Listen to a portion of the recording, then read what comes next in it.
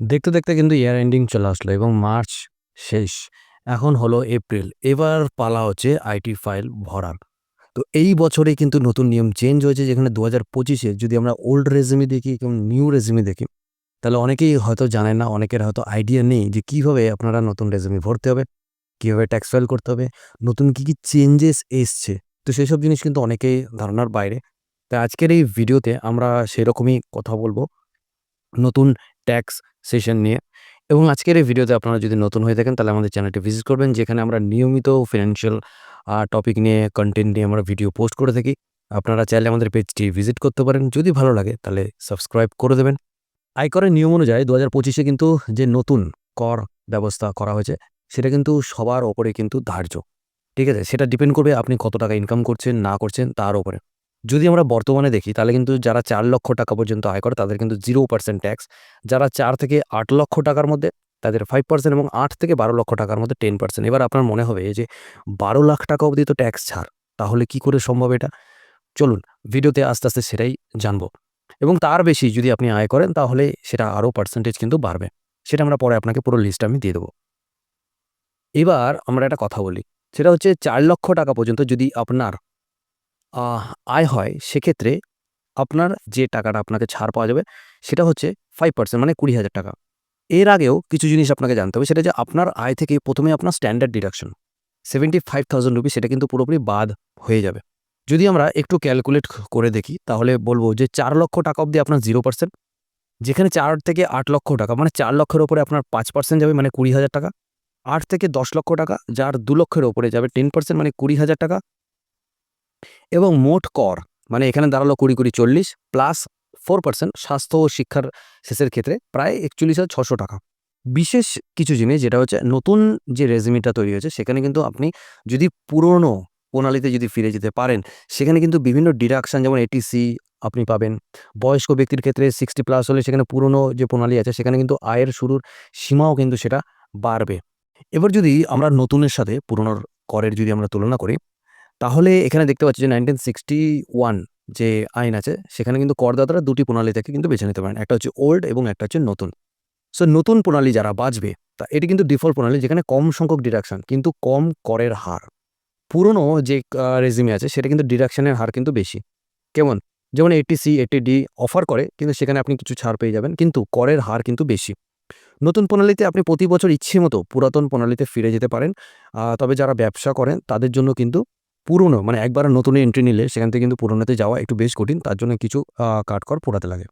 এবার যদি আপনার সাথে আমি শেয়ার করি যে নতুন কর প্রণালীতে আয়ের উপর ভিত্তি করে নিম্নলিখিত যে স্ল্যাবটা আমাদের তৈরি হবে, সেটা হচ্ছে আপনার যদি আয় ৪ থেকে ৮ লক্ষ টাকা হয়, কেমন? সেখানে আপনি ৫%, ৮ থেকে ১২ লাখ 10%, ১২ থেকে ১৬ লাখ 15%, ১৬ থেকে ২০ লাখ সেটা হচ্ছে 20% এবং তার উপরে 25% এবং ২৪ লাখের উপরে আপনাকে 30% কিন্তু দিতে হবে। এখানে কিন্তু আপনি একটা 87 এর রিবেট সিস্টেম কিন্তু আপনি পাবেন। যেখানে আপনার ১২ লাখ টাকা পর্যন্ত যদি আপনার আয় হয়, সেক্ষেত্রে আপনি রিবেট 60,000 মানে ৬০,০০০ টাকা পর্যন্ত কিন্তু আপনি রিবেট পাবেন। যার ফলে ১২ লক্ষ টাকা পর্যন্ত কোনো কর কিন্তু আপনাকে দিতে হবে না। তবে এখানে একটা জিনিস আছে, সেটা হচ্ছে এই রিবেটস স্পেশাল রেটে করযোগ্য আয় যেমন ধরুন ক্যাপিটাল গেইন, আপনি যদি কোনো মিউচুয়াল ফান্ড হোক, কোনো স্টক মার্কেট হোক, আপনি যদি কোনো ফান্ডে বা কোনো এমআইএস ক্ষেত্রে যদি আপনি কোনো শর্ট টার্ম গেইন করেন বা ক্যাপিটাল গেইন করেন, সেক্ষেত্রে কিন্তু আপনার এই রিবেট সিস্টেম কাজ করবে না। তবে এখানে আরেকটা জিনিস আছে যেটা হচ্ছে স্ট্যান্ডার্ড ডিডাকশন। তো নতুন প্রণালীতে স্যালারিড করদাতারা মানে যারা চাকরি করেন তারা কিন্তু 75,000 স্ট্যান্ডার্ড ডিডাকশন পাবেন ৳৭৫,০০০ এবং ফ্যামিলি পেনশনের জন্য কিন্তু ডিডাকশন পাবেন ৳২৫,০০০ পর্যন্ত কিন্তু এই প্রণালীতে বাড়ানো হয়েছে। এখানে আরো একটা জিনিস যেটা হচ্ছে বয়স অনুসারে মানে ৬০ বছরের নিচে যাদের, ঠিক আছে? তো পুরাতন প্রণালীতে স্ল্যাব বয়সের উপর নির্ভর করে ভিন্ন, ভিন্ন ব্যাপারটা ছিল। যেখানে হচ্ছে ৬০ থেকে ৮০ তে একটা প্রণালী। তারপরে হচ্ছে যারা ৬০ এর নিচে তাদের জন্য একরকম, যারা সুপার সিনিয়র মানে 80 প্লাস তাদের জন্য একরকম ছিল। তো আপনারা চাইলে ভিডিওটা একটু পজ করে এই জিনিসটা দেখে নিতে পারেন। কারণ আপনারা জানেন যে পুরনো প্রণালীতে কি ছিল। তো আমি একটা সামান্য রিভিউ দেওয়ার জন্য কিন্তু এই জিনিসটা কিন্তু এড করেছি। তো নরমালি আমরা যদি দেখি তাহলে 80C যে ধারা আছে, তার অধীনে যে ডিডাকশন আছে সেটা কিন্তু প্রভিডেন্ট ফান্ড, ইন্সুরেন্স প্রিমিয়াম প্রায় ১.৫ লাখ টাকা পর্যন্ত কিন্তু আপনি পাবেন এবং 80D ধারার অধীন স্বাস্থ্য বীমা ও প্রিমিয়ামের জন্য কিন্তু ৳50,000 পর্যন্ত আপনি ডিডাকশন পাবেন। হাউস প্রপার্টি থেকে আয়ের উপরে আপনি 24B ধারার অধীনে হাউজিং লোনের যে ব্যাজের জন্য ডিডাকশন আপনি পাবেন এবং কর গণনার জন্য ১ম এ আপনার মোট আয়ের উপর নির্ণয় করতে হবে। এইখানে আপনি চাইলে একটু পেন খাতা ইউজ করতে পারেন বা চাইলে ভিডিওটি সেভ করে রাখতে পারেন। পরে সময় পেলে একটু মন দিয়ে দেখবেন বা রিভিউ করে কিন্তু আপনি এটাকে দেখতে পারেন। এখানে আমরা টোটাল জিনিসটাকে একটু ক্যালকুলেশন করে বুঝিয়েছি, কেমন? তো স্যালারি বা ব্যবসায় আয়, হাউস প্রপার্টি আয়, ক্যাপিটাল গেইন এবং অন্যান্য সোর্স থেকে আয় ১ম এ যোগ করে নিন এবং সেখানে স্ট্যান্ডার্ড ডিডাকশন বাদ দিন। নতুন প্রণালীতে 75,000 এবং পুরনো প্রণালীতে যারা আছেন সেখানে 50,000। যদি আপনি পুরনো প্রণালী বেছে নেন তবে 80C, 80D ডিডাকশন ক্লেম করুন। তারপর আপনার করযোগ্য আয়ের উপরে ভিত্তি করে স্ল্যাব অনুসারে আপনার যে স্ল্যাব আছে সেখানে আপনি কর গণনা করুন এবং 4% স্বাস্থ্য ও শিক্ষা সেস যোগ করুন, যেটা আমরা প্রিভিয়াসে আপনাকে দেখালাম। এরপর আসি, ধরি আপনার ১৫,০০,০০০ টাকা নতুন প্রণালীতে আয় হচ্ছে। সেখানে কিভাবে ছাড় পাবেন? দেখুন, ৪,০০,০০০ টাকা অবধি তো পুরো ছাড় আপনার বাদ।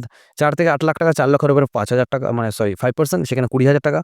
৮ থেকে ১২,০০,০০০ টাকার উপরে আপনার 10% ৪০,০০০ টাকা এবং ১২ থেকে ১৫,০০,০০০ টাকা, মানে আপনার আয় যদি ১৫,০০,০০০ টাকা হয় এবং আপনি যদি ১২,০০,০০০ টাকা অবধি হয় তাহলে এই ৪০ আর ২০ আপনাকে যোগ করতে হবে। আদারওয়াইজ ৩,০০,০০০ এর উপর 15% মানে ৪৫,০০০। টোটাল মোট প্লাস 4% সেস প্রায় ১,০৯,২০০ টাকা, যেটা আপনাকে এই ১৫,০০,০০০ টাকা থেকে কিন্তু বাদ দিতে হবে। এবং বয়স্ক ব্যক্তি যিনি আছেন, সিনিয়র সিটিজেন, সেখানে কিন্তু ৬০ থেকে ৮০ বছর এবং সুপার সিনিয়র 80+। পুরাতন প্রণালীতে বেশি ডিডাকশন পান, তাই আপনার ওটাতে গেলে কিন্তু বেশ সুবিধা পাবেন। তো এটা ছিল নরমাল একটা ক্যালকুলেশন, যেখানে আপনারা একদম সহজে জিনিসটাকে ভালো করে দেখতে পারবেন, বুঝতে পারবেন যে আপনার কত কি দিতে লাগবে, না দিতে লাগবে। পারলে আরেকবার ভিডিওটা একটু পজ করে প্রিভিয়াস করে দেখতে পারেন, বা যদি এই রিলেটেড আর কোনো রকম কোনো কোয়েশ্চেন থাকে তবে কিন্তু আপনারা কোয়েশ্চেন করতে পারেন। আমি চাইলে আরও আপনার যদি পার্টিকুলার কোনো কোয়েশ্চেন থাকে, আমি পারলে আবার সেইটার উপরে ডিটেইলসে আপনাকে ভিডিও আমি বানিয়ে দেবো। কেমন? তো এখানে উপসংহারে একটাই কথা বলব, যেটা আপনার আয় এবং প্রয়োজন অনুসারে আপনি কিন্তু নতুন প্রণালী বা পুরনো প্রণালী আপনার উপর ডিপেন্ড করছে, সেটা আপনি বেছে নিতে পারেন। তাই আপনার কোনটা সুবিধা হবে, আপনার নিশ্চয়ই আপনার যে অ্যাডভাইজার আছে তার থেকে অবশ্যই কনসাল্ট করে নেবেন। তিনি হয়তো আপনাকে আরও ভালো গাইডেন্স দিতে পারবে।